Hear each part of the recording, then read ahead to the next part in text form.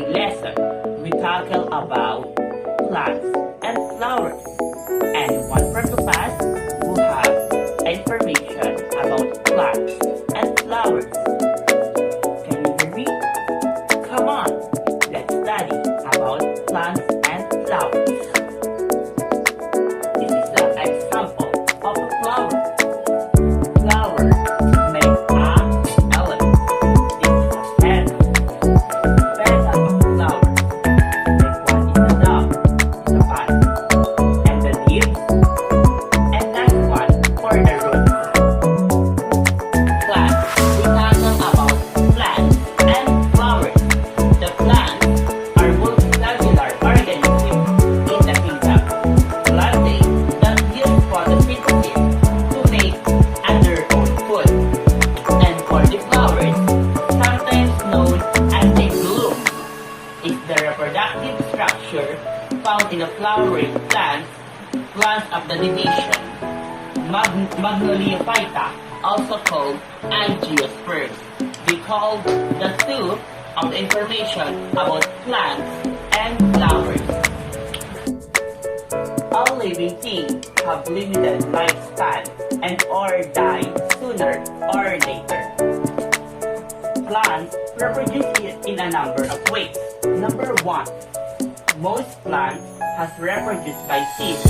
Most plants grow from seeds. Example, the seeds grow into seedlings. Example, the seeds grow into the seedling. And the second one, and seedlings has grown into the new plant like some leaves.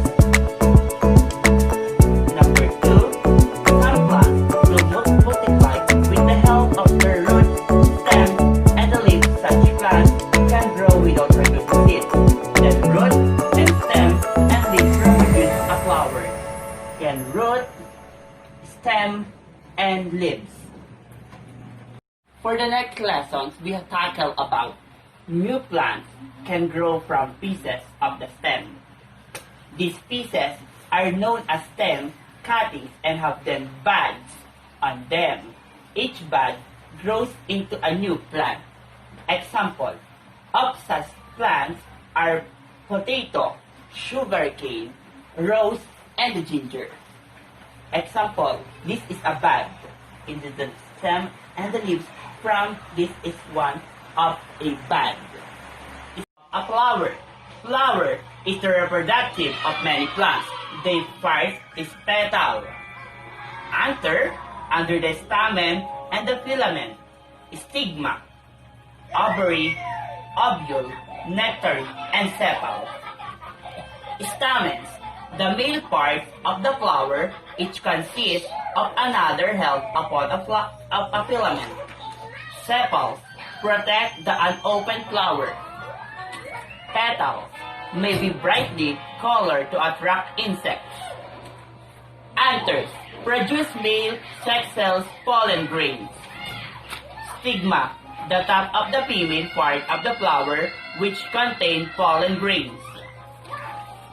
For the next one is ovary, produce the female sex cells contained in the ovules.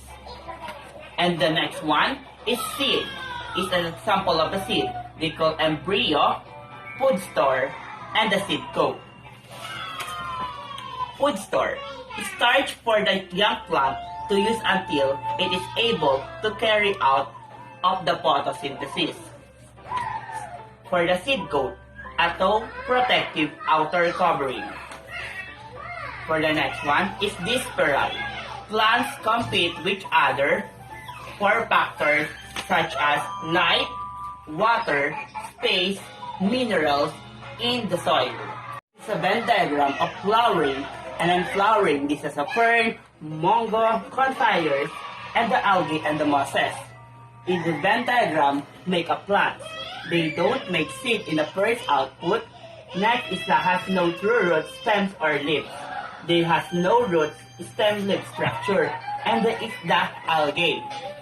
Next one is has root, stem, and leaves.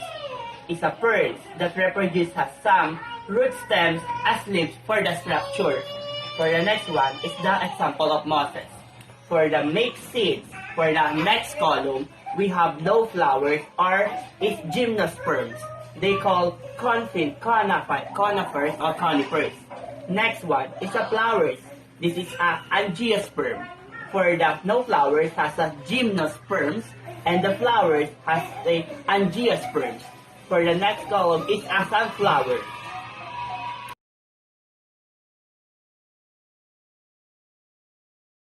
I am tackled without how plants reproduce.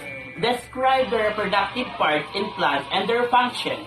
Number 3, different modes of reproduction in flowering and non-flowering plants such as moss, fern, mango, and others.